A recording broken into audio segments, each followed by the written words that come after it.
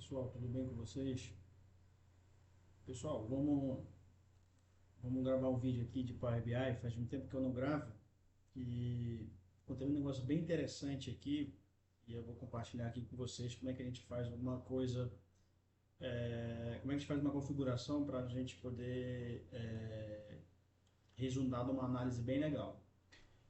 Resumidamente é o seguinte, isso serve muito para quando a gente tem uma tabela, geralmente de tabela de, por um exemplo, uma tabela de chamados de tickets, né? Tickets abertos, tickets fechados. A gente tem só uma data e a gente tem dois tipos, né? Dois status, o aberto e o fechado. E a gente consegue, como é que a gente consegue para comparar esses status no mesmo gráfico, né? Como é que a gente faz para comparar, por exemplo? Serve também, e esse é o nosso exemplo, de uma lanchonete, por exemplo, de entrega, né? Qual o tipo de venda, se foi entrega ou se foi retirada, né? E aí, por data, a gente vai ver quanto que a gente vendeu por entrega e quanto a gente vendeu por retirada, né? Como é que a gente faria isso aqui? O que eu estou simulando aqui, ó, por exemplo, eu quero poder configurar o Power BI para que ele me permita eu utilizar datas distintas de entrega e de retirada. Então, eu quis simular aqui, ó, deixei aqui propositalmente, né, uma data específica e ele não funciona, né? Ele não funciona e quando funciona ele muda tudo, ele muda os dois. Por quê? Porque é a mesma data, né? Ó, se eu fizer isso aqui, ó, ele é a mesma data, ó, certo? Então ele vai mudar para todo mundo, ele não vai mudar só o da entrega ou só o da retirada. E como é que a gente resolve esse problema aqui, certo? Vamos lá. Antes disso, a gente tem aqui uma única tabela, né? Uma tabela de vendas que tem bem. Eu criei isso aqui só para a gente fazer esse exemplo. Uma coluna com data, né? Uma data, o tipo da venda, se é retirada ou entrega, e a venda, né? A quantidade da venda, e o valor, não importa, sabe? E aí, o que que a gente vai querer? A gente vai querer usar essa data aqui separadamente. Só para a entrega, só para a nossa retirada, certo? Os dois tipos de venda que tem lá. Beleza, como é que a gente faz isso aqui? Primeira coisa, a gente precisa criar duas tabelas, certo? Uma para que a gente vai chamar de range período, data range período um e data range período 2.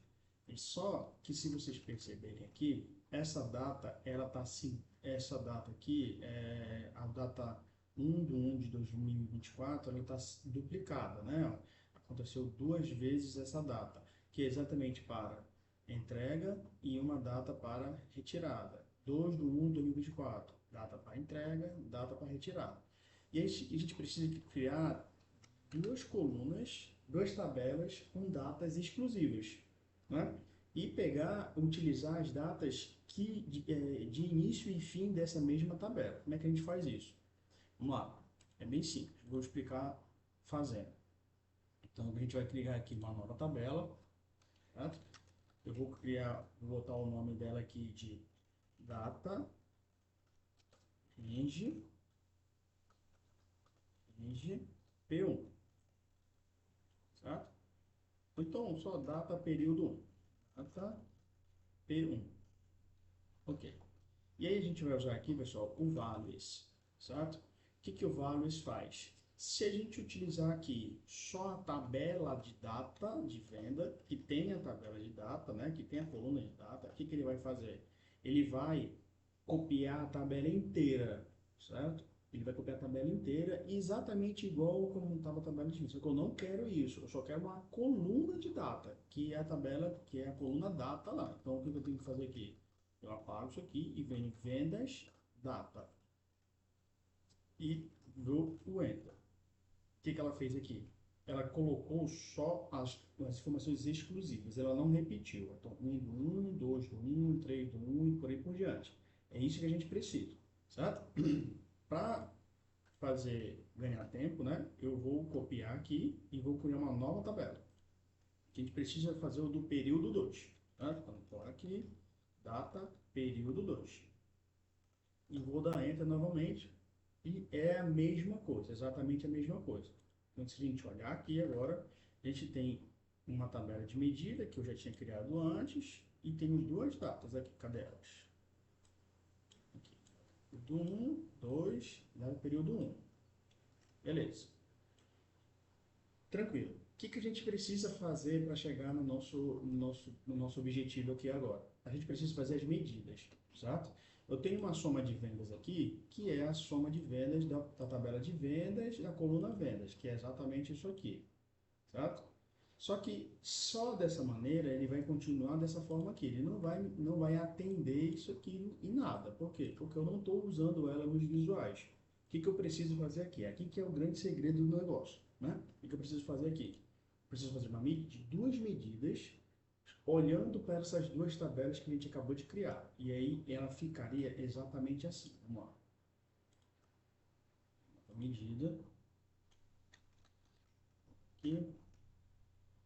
Então, vou botar aqui, ó, data, range, P1. Ok? Eu vou fazer duas variáveis. Uma variável com a menor data dessa tabela, que é o quê? Então, menor data. Vou dar só menor, certo? Não ficar muito grande. Menor, igual min, o quê? A nossa tabela. Então, é data P1 data, certo? Data P1 data. A outra variável é a maior data dessa tabela. Então, vou botar maior. Igual max data P1 data. E fecha. Beleza. Eu estou com a maior data e a menor data dessa tabela. Beleza. Eu vou criar o meu resultado dessa medida, né? dessa função. Então, eu boto o return, utilizando as variáveis. Eu boto o return e coloco aqui o que a minha medida vai colocar. Né? O que eu preciso fazer aqui?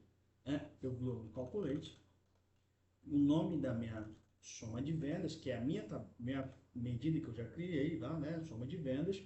E aí aqui vem a brincadeira, né? Que eu vou filtrar agora. Vou dar um filter.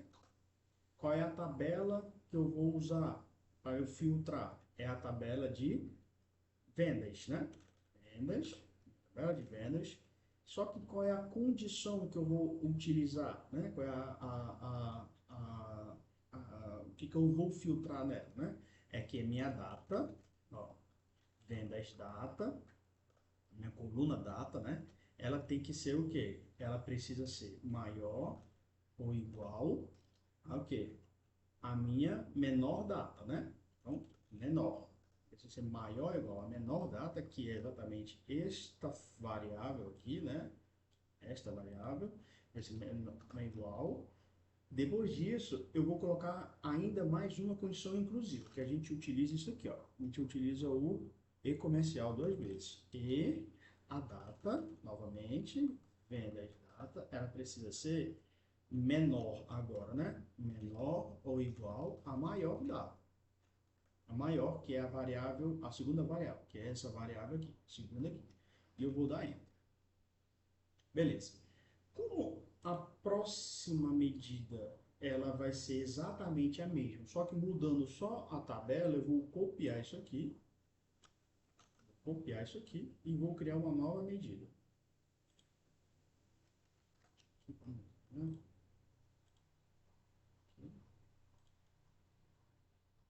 Medida, vou colar e eu vou botar aqui, ó, ao invés de ser data P1, que é a tabela P1, eu vou botar a data P2, né? Tá? P2. Vou botar aqui 2. Aqui também, em vez de 1, é 2. O resto é igual. Por quê? Porque eu estou colocando, utilizei a mesma variável. E essa medida eu vou chamar de data range P2. E eu vou dar Enter. Pronto, eu já tenho o que eu preciso para chegar onde eu quero aqui, né? O que que eu vou fazer? Nesse cara aqui,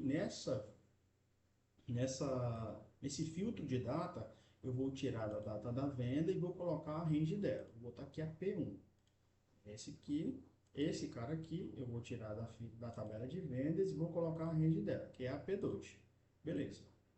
Vamos colocar aqui agora o que as medidas que a gente fez, né?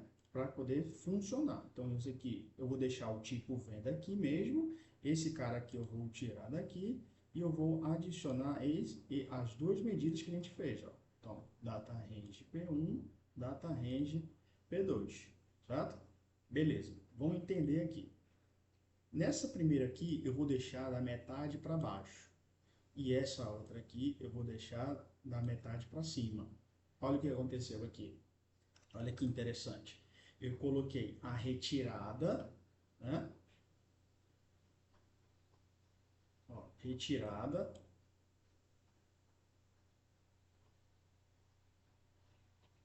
Só um minutinho.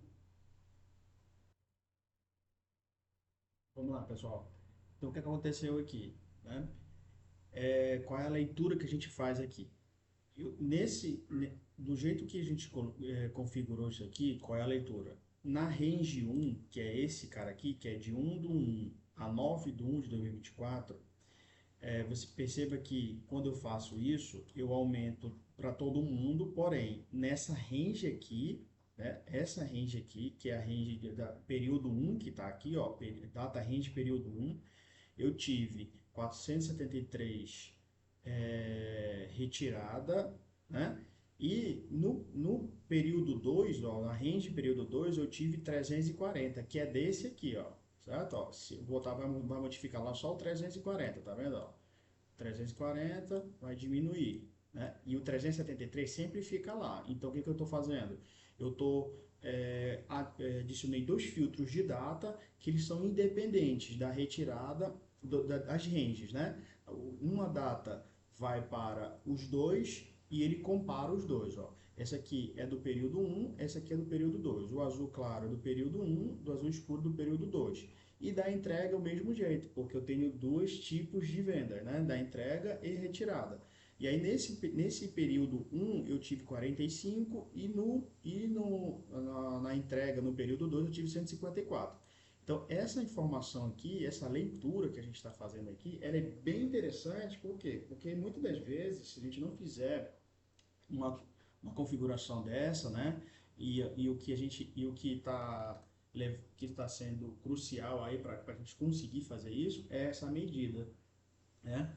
Utilizando o values da tabela da coluna de data, da tabela de vendas e fazendo esse calculate aqui, colocando que ele tem que ser maior do que a menor data e menor do que a maior data. É exatamente isso. Esse é o motivo que faz funcionar essa leitura, esse comparativo aqui, que é bem interessante, né? Mais uma vez, o que a gente consegue ter, né? Se não ficou claro para todo mundo. Num range, né? Uma data, em um filtro de data, eu consigo ter o comparativo eu mexo só e no azul claro, ó, só o azul claro está mexendo, né? O azul escuro está mexendo, mas o número não está mexendo, né? E aqui é o range do azul escuro só, né? E o azul claro não está mexendo, só o valor não está mexendo, só o formato, né? Só o quanto é que o outro está mexendo, né? Então a gente consegue ter o comparativo no mesmo gráfico, né? Dos tipos de entrega. Isso é bem interessante, serve para ser utilizado em vários contextos aí de comparação de datas, né? De dados, né? Muito legal. Bom, por hoje é só, eu espero que vocês tenham gostado. Se vocês realmente gostaram, deixem um like aí para ajudar o canal. Compartilhem, curtam e uma boa semana para todo mundo. Fiquem com Deus e até a próxima, pessoal.